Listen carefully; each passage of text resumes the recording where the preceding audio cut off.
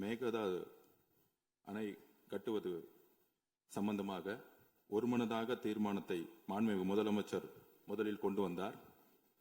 அதில் திராவிட முன்னேற்ற கழகம் கடந்த மார்ச் மாதத்தில் ஒரு முடிவை எடுத்தது. அந்த முடிவின்படி மாண்புமிகு எதிர்க்கட்சித் தலைவர் அவர்கள் ஒரு கோரிக்கையை இந்த அவையின் முன்பு வைத்தார். அதில் ஆணையம் தொடர்பாக ஒரு கோரிக்கை வைத்தார். அந்த ஆணையம் தொடர்பாக இந்த காவிரி பிரச்சனையை தொடர்பாக சட்ட நிபுணர்கள் கடந்த 25 வருடங்களாக யாரெல்லாம் இதில் பணி செய்தார்களோ, குறிப்பாக உங்களுக்கு தெரியும், தோழர் உமாபதி அவர்கள், முக்கியமாக சட்ட வல்லுநர்கள் போன்ற ஆட்சியில் கடந்த 30-40 வருடங்களாக எந்த சட்ட வல்லுநர்களுடைய அறிவுரைப்படி மாண்புமிகு முதலமைச்சர் அவர்கள் மிகப்பெரிய ஒரு டிஸ்கஷனை கொண்டு வந்து அதன்படி ஒரு மிகப்பெரிய தீர்மானத்தை கொண்டு வந்தார். அந்த தீர்மானத்தில் ஆணையம்ங்கிறதை சில பேர் தவறுதலாக புரிந்து கொண்டிருக்கிறார்கள். அதை மாண்புமிகு அமைச்சர் அவர்கள் இப்பொழுது அவருடைய உரையை நிகழ்த்துவார். அதில் விவசாயிகளுக்கும் சரி, ஏன் திராவிட முன்னேற்ற கழகம் அந்த நிலைப்பாட்டை மார்ச் மாதத்தில் எடுத்தாருங்கிற நிலைப்பாடும் சரி, அன்றைய முடிவின்படி கம்யூனிஸ்ட் தோழர்களுடைய எல்லா கட்சிகளும் அதை வரவேற்றார்கள். அதற்கப்புறம் சட்ட நிபுணர்கள் படி, அவர்களுடைய அறிவுரைப்படி இதை எப்படி பாதுகாக்கணும் அப்படிங்கிற ஒரே குறிக்கோளோட எதிர்கட்சி தலைவருடைய அந்த அமெண்ட்மெண்ட்டை நம்ம எடுத்துக்கிட்டோம். அன்னைக்கு அவையில ஒருமனதா எல்லோரும் அந்த தீர்மானத்தை நிறைவேற்றணும். அதில் சில சந்தேகங்கள் உறுப்பினர்களுக்கு இருக்கலாம். நம்மளுடைய குறிக்கோள் விவசாயிகளை பாதுகாப்பதும், முக்கியமாக காவேரியுடைய உச்ச நீதிமன்றத்துடைய தீர்ப்பையும் பாதுகாக்கிறதுல எந்த விதமான வேறுபாடுகள் கிடையாது. கண்டிப்பாக மாண்புமிகு அமைச்சர் அவர்கள் விளக்கம் கொடுத்த பிறகு பேரவைத் தலைவர்கள் கண்டிப்பாக இதில் இருக்கக்கூடிய பிரச்சனைகளை கண்டிப்பாக உங்களுக்கு பேரவைத் தலைவர்கள் கண்டிப்பாக நேரம் கொடுப்பார் நாங்கள் இந்த அவையின் முன்பு தெரிவித்துக் கொள்கிறோம். அதுதான் எங்களுடைய வேண்டுகோள். மாண்புமிகு பேரவை உறுப்பினர்களுக்கு ஒரு அறிவிப்பு. இந்த மேகதாது பிரச்சனையை பற்றி உரிய நேரத்தில் ஒரு சரியான முடிவெடுத்து மாண்புமிகு முதலமைச்சர் அவர்கள் ஒரு தனி தீர்மானத்தை முன்மொழிகிறார். அந்த தீர்மானத்தை முன்மொழிந்து விரிவாக விளக்கமாக அவர் படித்த பிறகு காலையில் என்னிடம் மாண்புமிகு எதிர்கட்சி கொறடா அவர் கட்சியின் சார்பில் மாண்புமிகு எதிர்கட்சி தலைவர் இதில் ஒரு திருத்தத்தை கொடுக்க விரும்புகிறார் என்று அறிவிக்கிறார்கள். நான் பார்த்தேன், உடனே படித்தேன். அது உடனடியாக மாண்புமிகு முதல்வர் அவர்களின் கவனத்திற்கு கொண்டு செல்லப்பட்டது. மாண்புமிகு முதல்வர் அவர்கள் அந்த திருத்தத்தில் உள்ள நியாயத்தை உணர்ந்து அவர்கள் அதை எப்படி ஏற்றுக்கொள்ளலாம் என்று உடனே அதிகாரிகளோடு விவாதித்து ஒரு சரியான முடிவை எடுத்து அந்த திருத்தங்களோடு அந்த தீர்மானம் இந்த அவையிலே முன்மொழி. காவிரி நதிநீர் விவகாரத்தில் தமிழக விவசாயிகளின் வாழ்வாதாரத்தையும் நமது மாநிலத்தின் வரலாற்று சிறப்புமிக்க நதிநீர் உரிமைகளையும் காப்பதில் இந்த அரசு துளியும் சமரசம் செய்து கொள்ளாது என்பதை இப்பேரவையில் உறுதியாக தெரிவித்துக் கொள்கிறேன்.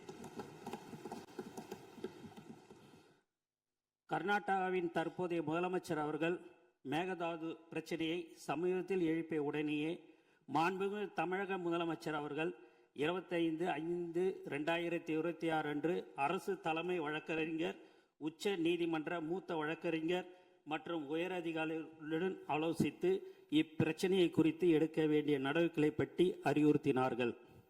அத்துடன் நிற்காமல் நமது மாண்புமிகு முதல்வர் அவர்கள் அடுத்த நாளே 26/5/2026 தனது கடிதத்தின் வாயிலாகவும் 27/5/2026 அன்று மாண்புமிகு இந்திய பிரதமர் அவர்களை நேரில் சந்தித்து மேகதாது திட்டத்திற்கு எவ்வித அனுமதியும் அளிக்க வேண்டாம் என மீண்டும் வலியுறுத்தினார்கள்.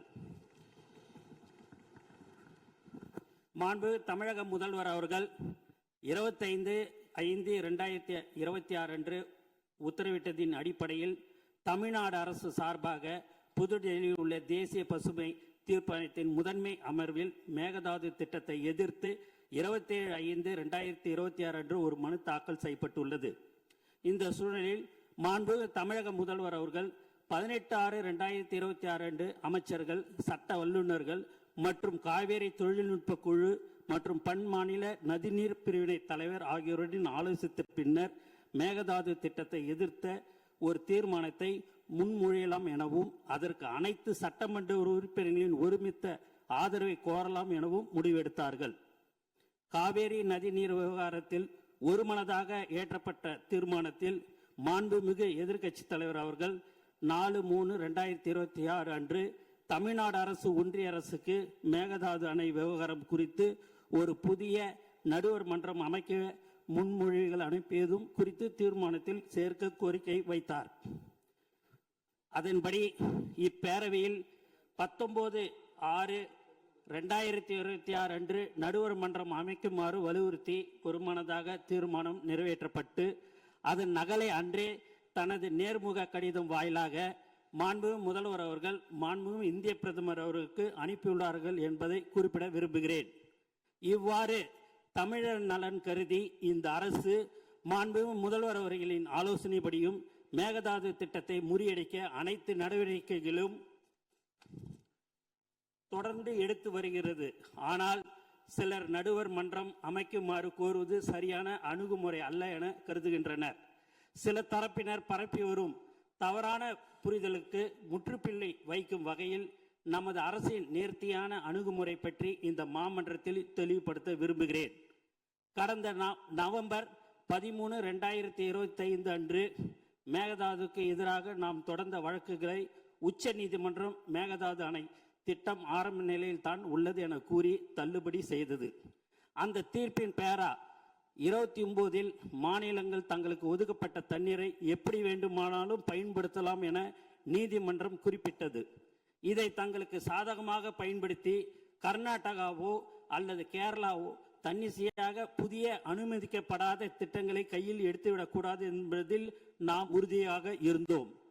டிசம்பர் 2025 ஒன்றிய அரசு தன்னிச்சையாக காவேரி நீர்வள திட்டங்களை மதிப்பீடு செய்வதற்கான வழிகாட்டுதலை வெளியிட்டது. மேலும் கடந்த மே 2026 நாளிட்ட ஒன்றிய ஜல் சக்தி அமைச்சகத்தின் கடிதம் மூலம் மத்திய நீர்வள ஆணையம் CWC கர்நாடகாவின் மேகதாது திட்ட அறிக்கை DPR மீது தனது தொழில்நுட்ப கருத்துக்களை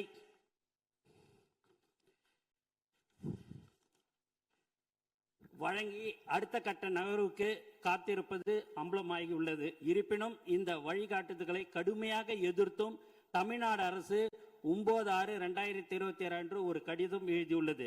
இந்த சூழ்நிலையின் தீர்வை கருத்தில் கொண்டு ஏற்கனவே குறிப்பிட்டவாறு நமது மாண்புமிகு முதலமைச்சர் அவர்கள் அண்மையில் 27/5/2026 மாண்புமிகு இந்திய பிரதமர் அவர்களை நேரில் சந்தித்து மேகதாது அணை விவகாரம் குறித்த தமிழ்நாட்டின் நியாயமான கவலைகளை குறிப்பிட்டு கோரிக்கை மனு சமர்ப்பித்துள்ளார்கள். தமிழ்நாட்டின் ஒப்புதல் இல்லாமலும் நடுவர் மன்ற தீர்ப்புக்கு முரணாகவும் மேகதாது பகுதியில் எந்த ஒரு கட்டுமான பணிகளும் அனுமதிக்க கூடாது என்று அக்கோரிக்கையில் மிகவும் வலியுறுத்தி கேட்டுக்கொள்ளப்பட்டுள்ளது. 2018 உச்ச நீதிமன்ற தீர்ப்பின் மூலம் தமிழ்நாட்டிற்கு உறுதி செய்யப்பட்ட 50% நம்பகத்தன்மை கொண்ட 740 TMC தண்ணீர் பங்கீட்டை எந்த ஒரு புதிய நடுவர் மன்றமும் மாற்ற முடியாது. எனவே கர்நாடகா தமிழ்நாட்டிற்கு அளிக்க வேண்டிய 176.25 TMCயில் எந்த மாற்றமும் ஏற்படாது. 177.25 TMCயில் எந்த மாற்றமும் ஏற்படாது. 1956ஆம் ஆண்டு நதிநீர் தாவா சட்டத்தின் பிரிவு 4(1) படி ஏற்கனவே தீர்க்கப்பட்ட பிரச்சனையை மீண்டும் திறக்க சட்டத்தில் இடமில்லை. 2018 தீர்ப்பில் உபரி நீர் சர்ப்ளஸ் வாட்டர் குறித்து துல்லியமாக கணக்கிடப்படவில்லை. இதனை பயன்படுத்தி கர்நாடகா உச்ச நீதிமன்றத்தில் ஏற்கனவே ஒரு அசல் வழக்கை தொடர்ந்தது. 1956 நதிநீர் தாவா சட்டத்தின்படி இத்தகைய புதிய நதிநீர் பிரச்சனையை ஒரு நடுவர் மன்றத்தால் மட்டுமே தீர்க்க முடியும் என்பது உச்ச நீதிமன்றத்தில் நமது வாதமாகும். காவேரி மேலாண்மை ஆணையம் CWMA கர்நாடகாவின் விரிவான திட்ட அறிக்கையை DPR நிராகரித்து விட்டது என்று கூறுவது முற்றிலும் தவறானது. காவேரி மேலாண்மை ஆணையம் CWMA கர்நாடகாவின் விரிவான திட்ட அறிக்கையை DPR நிராகரிக்கவில்லை. மாறாக எவ்வித கருத்தும் கூறாமல் மத்திய நீர்வள ஆணையத்திடமே CWC திருப்பி அனுப்பியுள்ளது. எனவே ஆபத்து இன்னும் நீங்கவில்லை. மாண்புமிகு பேரவைத் தலைவர்களே, ஒன்றிய அரசும் கர்நாடகாவும் புதிய வழிகாட்டுதலின் கீழ் மேகதாது திட்டத்தை மறைமுகமாக மேற்கொள்ள முற்படும் வேளையில் நாம் கைகளை கட்டிக்கொண்டு வேடிக்கை பார்க்க முடியாது.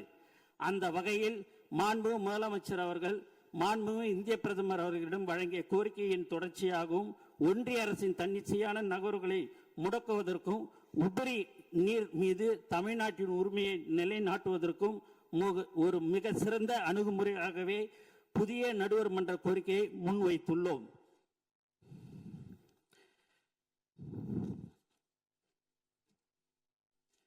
புதிய நடுவர் மன்றம் அமைவதால் தமிழ்நாட்டிற்கு எந்தவித பாதிப்பும் ஏற்படாது என்பதை இப்பேரவைக்கு மிக உறுதியுடன் தெரிவித்துக் கொள்கிறேன். நன்றி. வணக்கம்.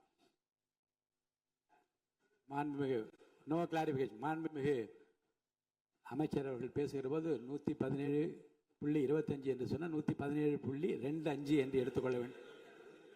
125க்கு பதிலாக 177.25 25 என்று சொல்ல வேண்டும். 25 அது அப்படி எடுத்துக்கொள்ளலாம். மாண்புமிகு அமைச்சர் அவர்கள் மாண்புமிகு அமைச்சருடைய விளக்கத்தை மாமன்ற உறுப்பினரும் நாடும் கேட்டது. உட்காருங்க, தயவுசெய்து உட்காருங்க. இடையில அனுமதிக்க முடியாது. தயவுசெய்து உட்காருங்க, தயவுசெய்து உட்காருங்க, அமைதியை உட்காருங்க. இந்த மேகதாது பிரச்சனையை பற்றி பாரதிய ஜனதா கட்சி உட்பட அவையில் உள்ள அனைத்து கட்சிகளும் ஏகமனதாக ஒரு தீர்மானத்தை நிறைவேற்றி இருக்கிறோம். அதில் எந்த விதமான ஆட்சேபனை இல்லாமல், எதிர்கருத்து இல்லாமல் எல்லா கட்சிகளும் ஏற்றுக்கொண்டு ஒப்புதல் அளித்து, ஆம் ஏற்போரே அதிகம் என்று கருதுகிறேன், ஏற்போரே அதிகம், மறுப்போர் இல்லை என்று ஏகமனதாக சொல்லிய பிறகு இனி இந்த மாமன்றத்தில் அந்த தீர்மான மேகதாது பற்றி பேசுவதற்கு நான் அனுமதிக்க மாட்டேன். மற்ற விஷயங்களை பற்றி மட்டும்தான் பேச முடியும். அதில் நான் உறுதியாக சொல்கிறேன். மேகதாது பிரச்சனைக்கு ஏகமனதாக தீர்மானம் நிறைவேற்றப்பட்டு ஒப்புதல் அளிக்கப்பட்ட பிறகு அதை பற்றி பேசுவதற்கு இனி அனுமதி இல்லை.